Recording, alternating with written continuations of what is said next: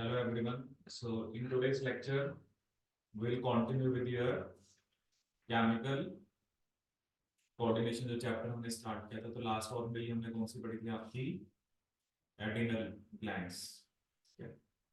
So next जो gland हमने पढ़नी है दैट इज योर पैनक्रियास। ठीक है, तो पैनक्रियास जो होती है तो इसके बारे में सबसे पहले क्या लिखा है, it is a composite.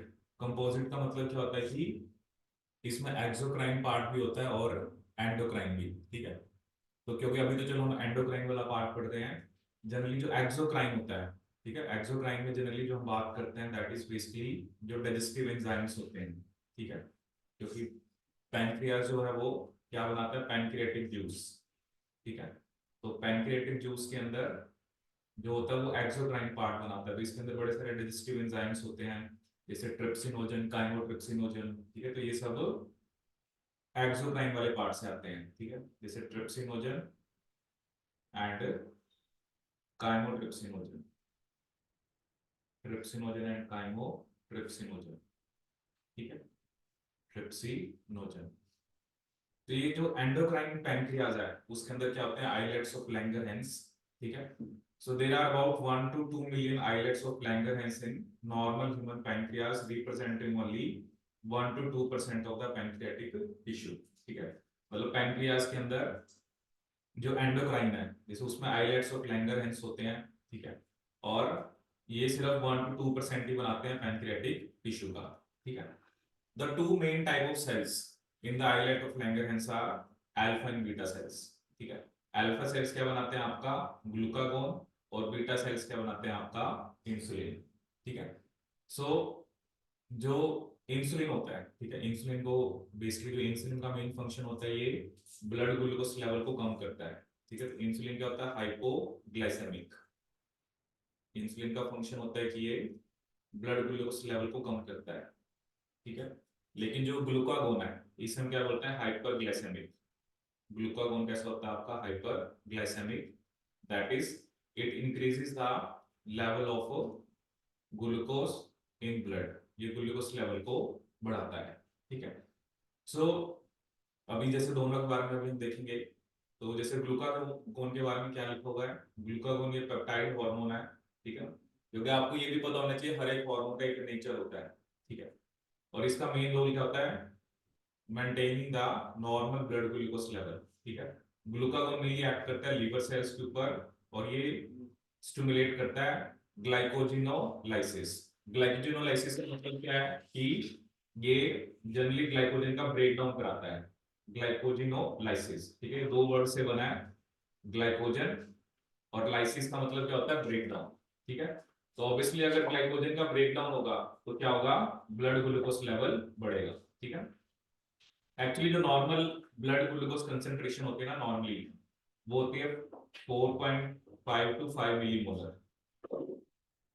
4.5 to 5 millimolar. ठीक है, तो अगर जैसे ब्लड ग्लूकोज कम हो जाता है तो हमारे अंदर जो स्टोर्ड ग्लाइकोजन होती है उसका ब्रेकडाउन होता है ताकि ब्लड का ग्लूकोज लेवल बढ़े। ठीक है, लेकिन अगर ब्लड का ग्लूकोज लेवल जो है वो बेसिकली इंक्रीज हो जाता है तो उसे डिक्रीज करना पड़ता है। ठीक है, जैसे भी यहाँ पे लिखा हुआ है, in addition this hormone stimulate the process of gluconeogenesis. ठीक है, which also contribute to hyperglycaemia. ठीक है, तो दोनों वर्ड क्लियर होने चाहिए। ग्लाइकोजेनोलाइसिस मतलब ग्लाइकोजन का ब्रेकडाउन। ग्लाइकोजन जो होता है वो ग्लूकोज का पॉलीमर होता है, तो ग्लाइकोजन के ब्रेकडाउन से ग्लूकोज बनेगा। और ग्लूकोनियोजेनेसिस मैंने आपको लास्ट क्लास में बताया था कि न्यू फॉर्म ऑफ ग्लूकोज, जैसे 3 या जो 4 कार्बन कंपाउंड होते हैं उनसे ग्लूकोज बनती है। ठीक है, glucagon reduces the cellular glucose uptake and utilisation. ठीक है, तो ये एक तरह से मतलब जो सेल के पास ग्लूकोज है उसका भी अपटेक और यूटिलाइजेशन को रिड्यूस करता है। ठीक है, तो एक तरह से ये ब्लड के ग्लूकोज लेवल को बढ़ाता है। ठीक है, तो ग्लूकागोन कैसा आपका हाइपर ग्लाइसेमिक। ठीक है, इंसुलिन भी एक पेप्टाइड हार्मोन है। ठीक है, इसका भी रोल होता है in regulation of glucose homeostasis. Homeostasis का मतलब क्या होता है कि इंटरनल जो भी कंडीशंस है, ठीक है, जैसे हर एक चीज हमारी बॉडी के अंदर है, हमारा बॉडी का टेम्परेचर, हमारे ब्लड में ग्लूकोज, हमारे ब्लड की पीएच, हमारे ब्लड में इतने आरबीसी होने चाहिए, तो एक नॉर्मल कंसंट्रेशन मतलब एक इंटरनल कांस्टेंट एनवायरनमेंट होना चाहिए। ठीक है, तो अगर ब्लड में ग्लूकोज बढ़ जाता है तो इंसुलिन मेनली किसके ऊपर एक्ट करता है, एक तो हेपेटोसाइट्स जो लीवर सेल्स हैं, और एडिपोसाइट जो सेल्स होते हैं एडिपोस टिश्यू के, तो ये एक्सेस ग्लूकोज जो ब्लड में होती है उसको ले लेते हैं, ठीक है। तो जब हिपैटोसाइट्स और एडिपोसाइट्स ग्लूकोज ले लेते हैं ब्लड से, तो ब्लड का लेवल जो है वो जो ग्लूकोज का लेवल है वो ब्लड में क्या हो जाता है, डिक्रीज, ठीक है। इसके अलावा इंसुलिन जो है वो ग्लाइकोजिनो और बेसिकली ग्लाइकोजेनेसिस, ठीक है, कि ग्लाइकोजन का सिंथेसिस, ये दो तीन वर्ड है ना, आपने ध्यान रखने हैं।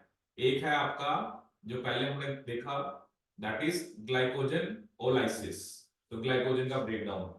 ग्लूकोनियोजेनेसिस मतलब न्यू फॉर्म ऑफ शुगर, ठीक है, लेकिन अभी उसने क्या लिखा है, ग्लाइकोजन इसिस, ठीक है, तो ग्लाइकोजन का सिंथेसिस।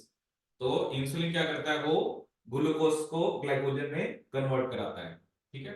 तो इस तरह से दोनों ही हार्मोन इंपॉर्टेंट है एज पर द रिक्वायरमेंट। अगर तो ब्लड में ग्लूकोज ज्यादा है तब हमें उसे कम करना है, अगर ब्लड के अंदर ग्लूकोज कम है तो उसे हमें ज्यादा करना है, ठीक है, ताकि मतलब एक जो हमने एक कंसंट्रेशन बताई है उतनी होनी चाहिए, ठीक है, कम है तो ज्यादा करनी है उससे, अगर ज्यादा है तो उससे आपको कम करनी है, ठीक है। इसके अलावा एक टर्म लिखी हुई है यहाँ पर, prolonged hyperglycemia leads to a complex disorder that is known as diabetes mellitus, ठीक है। तो अगर तो इसका लेवल बढ़ जाता है ग्लूकोज का, मतलब जितना नॉर्मल होना चाहिए, तो उसे हम क्या बोलते हैं, डायबिटीज मेलिटस, ठीक है। और इसमें हम क्या देखते हैं कि that is associated with loss of glucose through urine and formation of harmful compound known as ketone bodies, ठीक है। तो जनरली जो भी डायबिटिक पेशेंट होते हैं फिर हमें उन्हें इंसुलिन देना पड़ता है, ठीक है। एक्चुअली होता है क्या है, ये जो डायबिटीज है, ठीक है, जो डायबिटीज मेलिटस की बात कर रहे हैं, ये टू टाइप्स की होती है। डायबिटीज जो मेलिटस है, एक होते हैं टाइप 1, ठीक है। जो टाइप 1 है, ठीक है, type 1 is an example of autoimmune disorder. ये किसका एग्जांपल है, आपका ऑटोइम्यून डिसऑर्डर। टाइप 1 किसका एग्जांपल है, आपका ऑटोइम्यून डिसऑर्डर। इसमें क्या होता है कि जो बीटा सेल्स ऑफ पैंक्रियाज है, beta cells of pancreas are killed by immune system, are killed by immune system. जो पर्सन है ना उसका इम्यून सिस्टम उसके ही बीटा सेल को मार देता है, ठीक है। और ऑब्वियसली बीटा सेल मर गए तो इंसुलिन बनेगा नहीं, ठीक है। तो ये जो डायबिटीज होती है ना, जैसे जो हम सुनते हैं कि बच्चों में जो डायबिटीज होती है वो टाइप 1 होती है, क्योंकि इसमें इंसुलिन नहीं बनता तो उनको इंसुलिन के इंजेक्शन देने पड़ते हैं, ठीक है। लेकिन जो टाइप 2 होती है, जैसे एक हमने इसकी बात करी टाइप 1 की, ठीक है, इसे बोलते हैं इंसुलिन डिपेंडेंट डायबिटीज मेलिटस, ठीक है।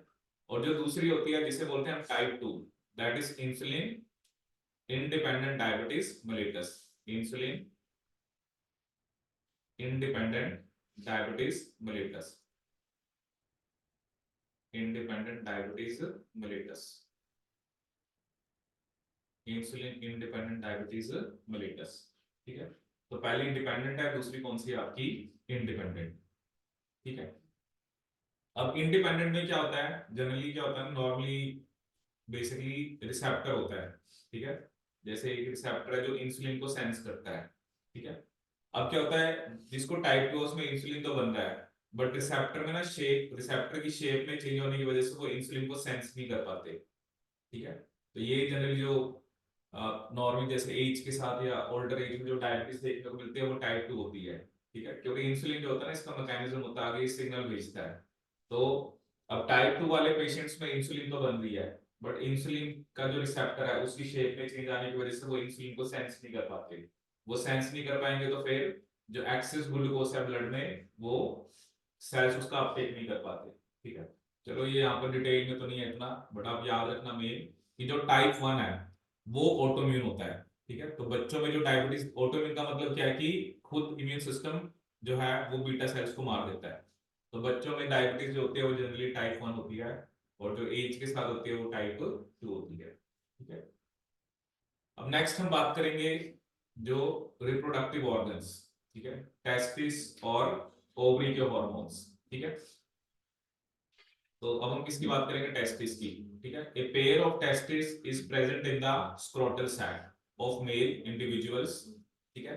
टेस्टिस के जनरली वो बता रहा है ड्यूअल फंक्शन होते हैं, एक तो ये प्राइमरी सेक्स ऑर्गन है, उसके अलावा ये एंडोक्राइन ग्लैंड भी है, ठीक है। मतलब वैसे ही इसके दो फंक्शन उसमें क्या बताया, एक तो ये प्राइमरी सेक्स ऑर्गन है, दूसरा ये एंडोक्राइन ग्लैंड है, ठीक है। टेस्टिस ये वही ना, भैया प्लस 2 में जाओगे ये सब आप डिटेल में पढ़ोगे। तो टेस्टिस के अंदर जनरली सेमिनिफेरस ट्यूब्यूल होती हैं, ठीक है, एंड स्ट्रोमल और इंटरस्टिशियल टिश्यू, ठीक है। अब इसमें क्या होता है, एक लेडिंग सेल होते हैं, जो ये जो इंटरस्टिशियल टिश्यू होता है ना, तो जैसे वहां पर एक लेडिंग सेल्स और इंटरस्टिशियल सेल्स होते हैं जो कि इंटरट्यूबुलर स्पेसिस में होते हैं, ठीक है। तो बस अब यहाँ पर अभी बस ये याद रखना कि जो लेडिंग सेल्स हैं वो क्या बनाते हैं आपका, एंड्रोजन। लेडिंग सेल्स क्या बनाते हैं, androgens, that is mainly testosterone, ठीक है। लेडिंग सेल्स क्या बनाते हैं आपका, टेस्टोस्टेरोन, ठीक है। सो एंड्रोजन्स का क्या क्या रोल होता है, ठीक है। एंड्रोजन्स रेगुलेट करते हैं development, maturation and functions of male accessory sex organs like epididymis, vas deferens, seminal vesicle, prostate gland and urethra, ठीक है। ये सब क्या होते हैं, मेल के accessory sex organ, ठीक है। ये सब डिटेल मैंने आपको बताया ना प्लस 2 में, जैसे हम रिप्रोडक्शन इन ह्यूमन पढ़ेंगे तो ये सब चीजें आएंगी। एपिडिडाइमिस क्या होता है, वास डिफरेंस क्या होता है, सेमिनल वेसिकल क्या होती है, प्रोस्टेट ग्लैंड क्या होती है, ठीक है। और ये हार्मोन्स क्या स्टिमुलेट करते हैं, मस्कुलर ग्रोथ, जो फेशियल एंड एक्सिलरी हेयर है, aggressiveness, low pitch of voice, ठीक है। जैसे जो फीमेल की वॉइस होती है वो पतली होती है क्योंकि उनकी पिच ज्यादा होती है, हमारी जो वॉइस होती है उसकी पिच क्या होती है, लो होती है, ठीक है। Androgens play a major stimulatory role in the process of spermatogenesis. Spermatogenesis का मतलब क्या होता है, फॉर्मेशन ऑफ स्पर्मेटोजोआ, ठीक है। Androgens act on CNS and influence the male sexual behavior, ठीक है। तो ये सब मतलब एंड्रोजन्स के जैसे वो फंक्शंस बता रहा है कि क्या क्या टेस्टोस्टेरोन के फंक्शंस होते हैं, ठीक है। ये सीएनएस पे भी एक्ट करता है, और इसके अलावा इनका एनाबॉलिक इफेक्ट होता है। जैसे जनरली हमने जो एड्रिनल मेडुला के हार्मोन्स पढ़े थे तो उनका इफेक्ट क्या था, कैटाबोलिक। कैटाबोलिक का मतलब क्या होता है, वो प्रोटीन ब्रेकडाउन, कार्बोहाइड्रेट ब्रेकडाउन और लिपिड ब्रेकडाउन को स्टिमुलेट करते हैं, ठीक है। लेकिन जो ये हार्मोन्स हैं जो हम एंड्रोजन्स की बात कर रहे हैं, इनका मेन क्या होता है, एनाबॉलिक। कैटाबॉलिक का मतलब होता है ब्रेकडाउन, एनाबॉलिक का मतलब सिंथेसिस, ठीक है। तो ये टेस्टिस हो गया। ऐसे ही फीमेल के अंदर क्या होती है, ओवरी, ठीक है। Females have a pair of ovaries, ठीक है, located in the abdomen. Ovary is a primary female sex organ which produces one ovum during each menstrual cycle, ठीक है। तो ये पढ़ेंगे हम, menstrual cycle 28 days की होती है और 14 पे ओवुलेशन होता है। इसके अलावा स्टेरॉइड हार्मोन, ठीक है। एक्चुअली ये जो अभी हमने हार्मोन पढ़े, टेस्टोस्टेरोन, ये भी स्टेरॉइड होता है। अभी ये जो दो हार्मोन उसने और बताए, एस्ट्रोजन एंड प्रोजेस्टेरोन, ये भी कैसे होते हैं आपके, स्टेरॉइड, ठीक है। So ovary is composed of ovarian follicles and stromal tissues, ठीक है। एस्ट्रोजन जो होता है वो मेनली ओवेरियन फॉलिकल्स बनाती हैं, ठीक है। तो ये मैंने आपको पहले ही बताया था कि ओवुलेशन होने के बाद एक्चुअली इसमें क्या होता है, ग्राफ्टिंग फॉलिकल होता है, तो वो जब रप्चर हो जाता है तो वो एक स्ट्रक्चर में कन्वर्ट हो जाता है जिसे बोलते हैं कॉर्पस लूटियम, और वो क्या बनाता है, प्रोजेस्टेरोन, ठीक है। अब ये सब चीजें ना यहाँ पर डिटेल में नहीं है, बट ये आपको भी पता होनी चाहिए, ठीक है। और जैसे मैंने आपको बताया ना प्लस 2 के अंदर ये सब चीजें डिटेल में है, male reproductive organ, female reproductive organ, ये सब जैसे मेंस्ट्रुअल साइकिल पूरी डिटेल में है, ठीक है। तो अभी फिलहाल बस आप ये याद रखना, एस्ट्रोजन ग्रोइंग ओवेरियन फॉलिकल्स बनाती हैं और कॉर्पस लूटियम क्या बनाता है आपका, प्रोजेस्टेरोन, ठीक है। और एक चीज जैसे होता है ना, आप जैसे अभी हमने पढ़ा इंसुलिन, ग्लूकागोन, उनका नेचर है पेप्टाइड। पेप्टाइड किसके बने होते हैं, अमीनो एसिड्स के, ठीक है। लेकिन ये जो हार्मोन्स हैं इनका नेचर क्या, लिपिड, लिपिड नेचर, ठीक है। तो ये आपने याद रखना है। अब इसमें बता रखा है एस्ट्रोजन के क्या क्या एक्शन है, एक तो वो ग्रोथ कराता है, growth and activities of female secondary sex organs, development of growing ovarian follicle, ठीक है। जो फीमेल सेकेंडरी सेक्स कैरेक्टर है जैसे हाई पिच ऑफ वॉइस, ठीक है, मैमरी ग्लैंड डेवलपमेंट, ठीक है। तो ये सब किसके फंक्शन है आपके, एस्ट्रोजन के, ठीक है। फीमेल सेक्सुअल बिहेवियर को वो रेगुलेट करता है। प्रोजेस्टेरोन जो होता है वो प्रेगनेंसी को सपोर्ट करता है, ठीक है, इसे हम प्रेगनेंसी हार्मोन भी बोलते हैं। प्रोजेस्टेरोन को हम और क्या बोलते हैं, प्रेगनेंसी हार्मोन, ठीक है। और ये भी एक्ट करता है मेमोरी ग्लैंड्स के ऊपर and stimulate the formation of alveoli, ठीक है। अब ये एक एल्वियोलाई हम पढ़ते हैं लंग्स में, वो अलग होते हैं। ये एल्वियोलाई सैक लाइक स्ट्रक्चर होते हैं जो मिल्क को स्टोर करते हैं, ठीक है। तो जो प्रोजेस्टेरोन है, प्रोजेस्टेरोन जो है वो मैमरी ग्लैंड्स पे एक्ट करता है and stimulate the formation of alveoli and milk secretion. ठीक है, तो ये सब किसके फंक्शंस हैं आपके, जो एस्ट्रोजन और प्रोजेस्टेरोन के। ठीक है, तो एस्ट्रोजन के भी फंक्शन हमने अभी देखे और प्रोजेस्टेरोन के भी। ठीक है, तो प्रोजेस्टेरोन कैसा हार्मोन होता है आपका, it is an example of pregnancy hormone. ठीक है, तो क्योंकि ये जो दोनों भी हमने पढ़े, तो ये एक तो सेक्स ऑर्गन्स भी हैं और साथ में इनका एंडोक्राइन फंक्शन भी है। ठीक है, तो ये हमने इसके बारे में पढ़ा अभी, आपका ओवरी के बारे में। ठीक है, अब नेक्स्ट हम देखेंगे, तो ये तो जनरली अभी हमने सारी ग्लैंड्स पढ़ी। ठीक है, चाहे वो आपकी सबसे पहले हमने हाइपोथैलेमस को देखा, उसके बाद हमने पिट्यूटरी देखी, फिर पीनियल ग्लैंड के बारे में देखा, पीनियल के बाद हमने आपका, पीनियल के बाद कौन सी ग्लैंड देखी थी आपकी, थायराइड, फिर पैराथायराइड, फिर आपने एडिनल ग्लैंड देखी, फिर पैनक्रियास। ठीक है, आपके हमने थाइमस भी देखा, और अभी हमने टेस्टिस और ओवरी। ठीक है, बट इसके अलावा हमारे कुछ और भी मतलब ऑर्गन्स होते हैं जैसे हार्ट के बारे में डिस्कस करेंगे, और किडनी और जीआई ट्रैक्ट, इनके भी कुछ हार्मोन्स होते हैं। So now you know that about the endocrine glands and their hormones. However, as mentioned earlier, so hormones are also secreted by some tissues which are not endocrine glands. ठीक है, तो ऐसे नहीं कि सिर्फ endocrine glands ही hormones secrete करती हैं। ठीक है, अगर ऐसे लाइन आ जाए ना कि hormones are secreted only by endocrine glands, so this is the incorrect statement, because we have some other tissues also which also secrete which also secrete your hormones. ठीक है, अब जैसे ये हमने पढ़ा भी था इसमें आपका जो एएनएफ। ठीक है, एएनएफ क्या होता है, ये एक्सक्रीटरी सिस्टम में आपने पढ़ा था कि जो एट्रियल वॉल ऑफ हार्ट होती है वो एक पेप्टाइड हार्मोन सीक्रेट करती है एएनएफ। एएनएफ क्या करता है, ब्लड प्रेशर को कम करता है। ठीक है, क्योंकि एएनएफ क्या होता है, वेसोडाइलेटर, वेसोडाइलेटर। ठीक है, पढ़ते हैं केमिस्ट्री में Boyle law, pressure is inversely proportional to volume. ठीक है, अगर तो मतलब ये क्या करेगा, वेसल्स को डायलेट करेगा, डायलेट करने से वॉल्यूम क्या होगी, बढ़ेगी, और वॉल्यूम बढ़ेगी तो प्रेशर क्या होगा, कम। ठीक है, तो इसी तरह से एएनएफ, क्योंकि नॉर्मल जो हमारा ब्लड प्रेशर होता है अगर वो इंक्रीज हो जाता है, ठीक है ना, देखो हर एक चीज जो है ना वो नॉर्मल होनी चाहिए, अगर वो उससे कम ज्यादा हो रही है तो बॉडी के पास मैकेनिज्म होता है। अब एएनएफ सिर्फ तभी अब हार्ट तभी सीक्रेट करेगा जब ब्लड प्रेशर बढ़ा हुआ है। ठीक है ना, वो कह रहा है ना जब ब्लड प्रेशर बढ़ा होता है तो ANF is secreted which causes dilation of blood vessel, और इससे ब्लड प्रेशर क्या हो जाता है, कम हो जाता है। ठीक है, नेक्स्ट जैसे अगर हम बात करें जक्स्टाग्लोमेरुलर सेल्स। ठीक है, ये बेसिकली किडनी बनाती है।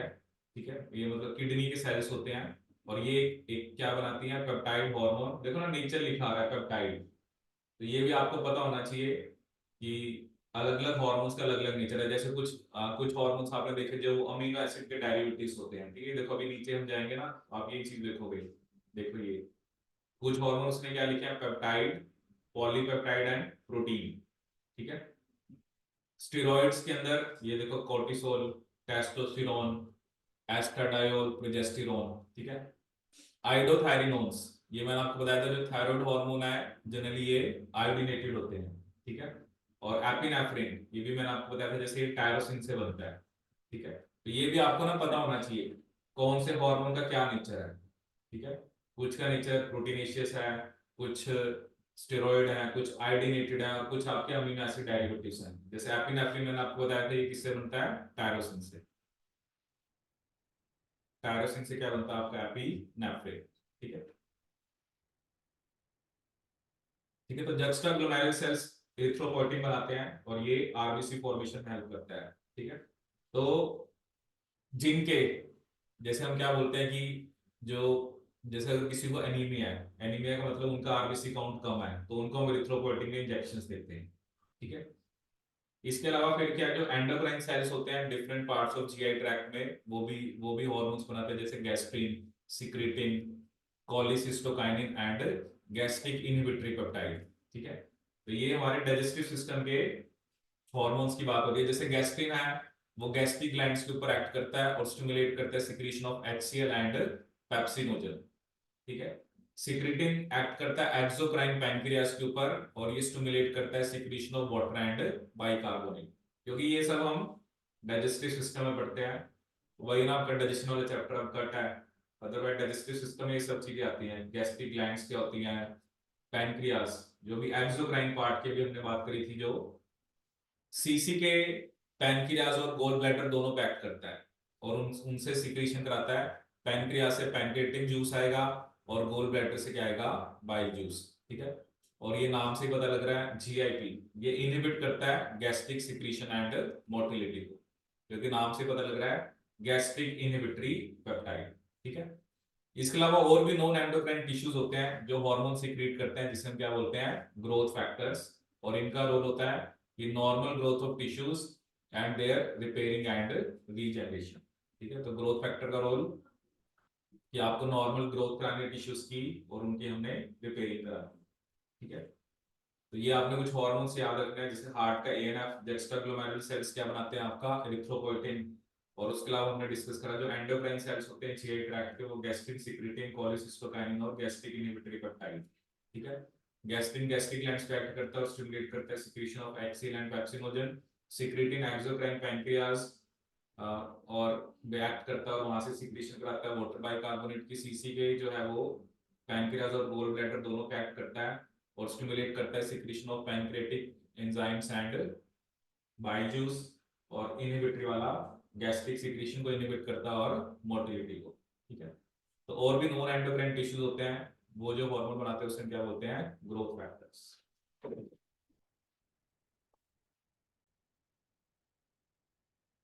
इसमें नेक्स्ट टॉपिक हम क्या पढ़ेंगे, मैकेनिज्म ऑफ हार्मोन एक्शन, ठीक है। सो जो हार्मोन्स हैं, जैसे अब हम अभी तक हमने ये बात करी कि हार्मोन जो है वो एक उनका एक स्पेसिफिक इफेक्ट है, ठीक है। जैसे किसी हार्मोन का हमने कहा कैटाबॉलिक इफेक्ट है, एनाबॉलिक है, जो भी उसके इफेक्ट है, ठीक है। बट ये हार्मोन जो होते हैं वो सेल के ऊपर रिसेप्टर होता है। हार्मोन कैसे अपना इफेक्ट प्रोड्यूस करते हैं टारगेट टिश्यूज पे, by binding to specific proteins called hormone receptors located in the target tissues only, जो कि सिर्फ किसमें होते हैं, वही मैंने आपको बताया था ना, दे आर वेरी स्पेसिफिक। जैसे अ, अगर थायराइड स्टिमुलेटिंग हार्मोन है तो उसका रिसेप्टर थायराइड सेल्स के ऊपर ही है, तो कहीं और नहीं है, ठीक है। हार्मोन रिसेप्टर्स कहाँ पे होते हैं, ये सेल की मेम्ब्रेन में होते हैं, जो भी टारगेट सेल्स हैं। तो जो सेल की मेम्ब्रेन में होते हैं उसे बोलते हैं मेम्ब्रेन बाउंड रिसेप्टर्स, और जो रिसेप्टर सेल के अंदर होते हैं उसे क्या बोलते हैं, इंट्रासेलुलर रिसेप्टर्स, ठीक है। मोस्टली जो न्यूक्लियर रिसेप्टर्स हैं, मतलब इंटरसेलुलर में मोस्टली क्या होते हैं, न्यूक्लियर, जो कि न्यूक्लियस में होते हैं, ठीक है। मतलब कोई भी सेल है ना, अगर मैं कोई भी सेल बना रहा हूँ तो जनरली उसमें जो रिसेप्टर है, जैसे मान लो ये एक सेल है, ठीक है, और ये सेल के अंदर क्या न्यूक्लियस है, ठीक है। या तो रिसेप्टर सेल के सरफेस पे होगा, ठीक है, जैसे मान लो ये सेल का सरफेस है, ठीक है। या रिसेप्टर साइटोसोल में होगा जो सेल के अंदर है, या रिसेप्टर आपका न्यूक्लियस में होगा। ये तीन लोकेशन होती है, ठीक है। तो अभी जो हमें जनरली यहाँ पर दिखा रखे हैं, एक तो सरफेस वाला दिखा रखा है, एक न्यूक्लियस वाला, ठीक है। इंट्रासेल्युलर का मतलब सेल के अंदर, इंट्रासेल्युलर सेल के साइटोसोल में भी हो सकते हैं, न्यूक्लियस के अंदर भी हो सकते हैं, ठीक है। तो जैसे ही हार्मोन बाइंड करता है रिसेप्टर से तो हार्मोन रिसेप्टर कॉम्प्लेक्स बनता है। और ये देखो उसने खास बात लिखी ना, each hormone is specific to, each receptor is specific to one hormone only, hence receptors are very specific. ऐसा नहीं है कि रिसेप्टर किसी और का है, हार्मोन कोई और लग रहा है, ठीक है। So hormones are very specific for their receptor. और जैसे ही कॉम्प्लेक्स बनता है तो कुछ चेंजेस होते हैं, जैसे जो टारगेट टिश्यू में metabolism and physiological functions are regulated by hormones, ठीक है। तो केमिकल नेचर के बेसिस पे मैंने आपको पहले ही बताया, we have four different type of hormones, peptide, polypeptide and protein. इसमें इंसुलिन, ग्लूकागोन, पिट्यूटरी और हाइपोथैलेमिक हार्मोन्स आते हैं। स्टेरॉइड्स में cortisol, testosterone, estradiol and progesterone, ठीक है। आयोडोथायरिनोन्स, ये हमने पढ़े थे, थायराइड ग्लैंड के जो T3 है, T4 है, दे आर आयोडीन डेरिवेटिव्स, ठीक है। और अमीनो एसिड डेरिवेटिव में क्या आपका एपिनेफ्रिन, ठीक है। अब ये हार्मोन्स क्या होता है ना, ये सेल के जो नॉर्मली जो मेम्ब्रेन बाउंड रिसेप्टर पे लगते हैं, ये सेल के अंदर नहीं जाते, ठीक है। They just bind to the receptor. लेकिन ये क्या जनरेट करता है, कुछ सेकंड मैसेंजर, जैसे साइक्लिक एएमपी, IP3, कैल्शियम, ठीक है। IP3 stands for inositol triphosphate, inositol triphosphate, ठीक है। तो जो हार्मोन्स इंट्रासेल्युलर रिसेप्टर के साथ इंटरेक्ट करते हैं, that is example steroid and iodothyronins, they mostly regulate gene expression or chromosome function by interaction of hormone receptor complex with the genome. ठीक है, अभी हम डायग्रामेटिकली देखेंगे। तो ये जनरली जो पेप्टाइड वाले हार्मोन है इनका रिसेप्टर कहाँ पे होता है? सेल सरफेस पे। लेकिन जो स्टेरॉइड और आइडोथायरिनोन्स है ये क्या होते हैं? इनके रिसेप्टर कहाँ पर होते हैं? सेल के अंदर। तो ये कैसे रेगुलेट करते हैं? दे रेगुलेट जीन एक्सप्रेशन और chromosome function by interaction of hormone receptor complex with the genome. ठीक है, जैसे अभी देखो ये दो डायग्राम है हमारे पास। जैसे एक फॉलिकल स्टिमुलेटिंग हार्मोन जो भी हमने पढ़ा था, कौन सी पिट्यूटरी बनाती है? एंटीरियर। ठीक है, तो जैसे ही हार्मोन रिसेप्टर पे लगा, हार्मोन सेल के अंदर नहीं गया, उसने एक सेकंड मैसेंजर जनरेट करा और वो सिग्नल को आगे लेके गया और लास्ट में क्या हुआ? Ovarian growth. ठीक है, सो जो प्रोटीन या पेप्टाइड नेचर के हार्मोन है वो सेल के अंदर नहीं जाते, they just bind to the receptor. एक तरह से रिस्पॉन्स आएगा, सेकंड मैसेंजर जनरेट होगा और आगे basically biochemical response and that will lead to ovarian growth. ठीक है, लेकिन अगर हम बात करें यहां पर आपके दूसरी जो सिग्नलिंग है, जैसे ये हार्मोन है जैसे एस्ट्रोजन, एस्ट्रोजन करता है स्टेरॉइड। तो हमें ये पता है कि जो बेसिकली नेचर होता है, ये जो आपकी बेसिकली जो आपकी सेल मेम्ब्रेन का नेचर होता है वो कैसा होता है आपका? जैसे ये दिखा रखा है ना इसने, this is uterine cell membrane. Cell membrane का नेचर होता है हाइड्रोफोबिक। ठीक है ना, ये जो हम बनाते हैं ना हेड, हेड वाला पार्ट तो पोलर होता है, बट ये बीच वाला पार्ट जो टेल्स होते हैं ये हाइड्रोफोबिक होती है। ठीक है, ये हमने पढ़ा भी था सेल मेम्ब्रेन में। हेड वाला पार्ट कैसा होता है? हाइड्रोफिलिक, टेल्स होते हैं हाइड्रोफोबिक। ठीक है, तो ओवरऑल नेचर सेल मेम्ब्रेन का हाइड्रोफोबिक होता है। तो एस्ट्रोजन हाइड्रोफोबिक है, वो मेम्ब्रेन को क्रॉस करके अंदर आ जाता है। Now this hormone will bind to receptor, क्या बन गया? Hormone receptor complex. ठीक है, now this will bind to DNA. ठीक है, अब डीएनए से क्या होता है? उसकी डीएनए से पहले एमआरएनए बनेगा। ठीक है, और एमआरएनए से फिर क्या बनेगा? प्रोटीन। ठीक है, तो डीएनए से एमआरएनए को बोलते हैं ट्रांसक्रिप्शन और एमआरएनए से प्रोटीन बनने को बोलते हैं हम ट्रांसलेशन। ठीक है, और उसके बाद जो भी प्रोटीन है उसका फिजियोलॉजिकल रिस्पॉन्स आएगा, that will be tissue growth and differentiation. ठीक है, so this is your concept of steroid hormone. Steroid hormone जो है उनका रिसेप्टर जैसे न्यूक्लियस के अंदर उसने दिखा रखा है, सो दे आर इंट्रासेल्युलर। ठीक है, तो ये उसने यहाँ पर हमें दिखाया एक प्रोटीन हार्मोन, वो सेल के अंदर नहीं गया, लेकिन जो स्टेरॉइड हार्मोन है वो सेल के अंदर जाके अपना एक्शन दिखाता है।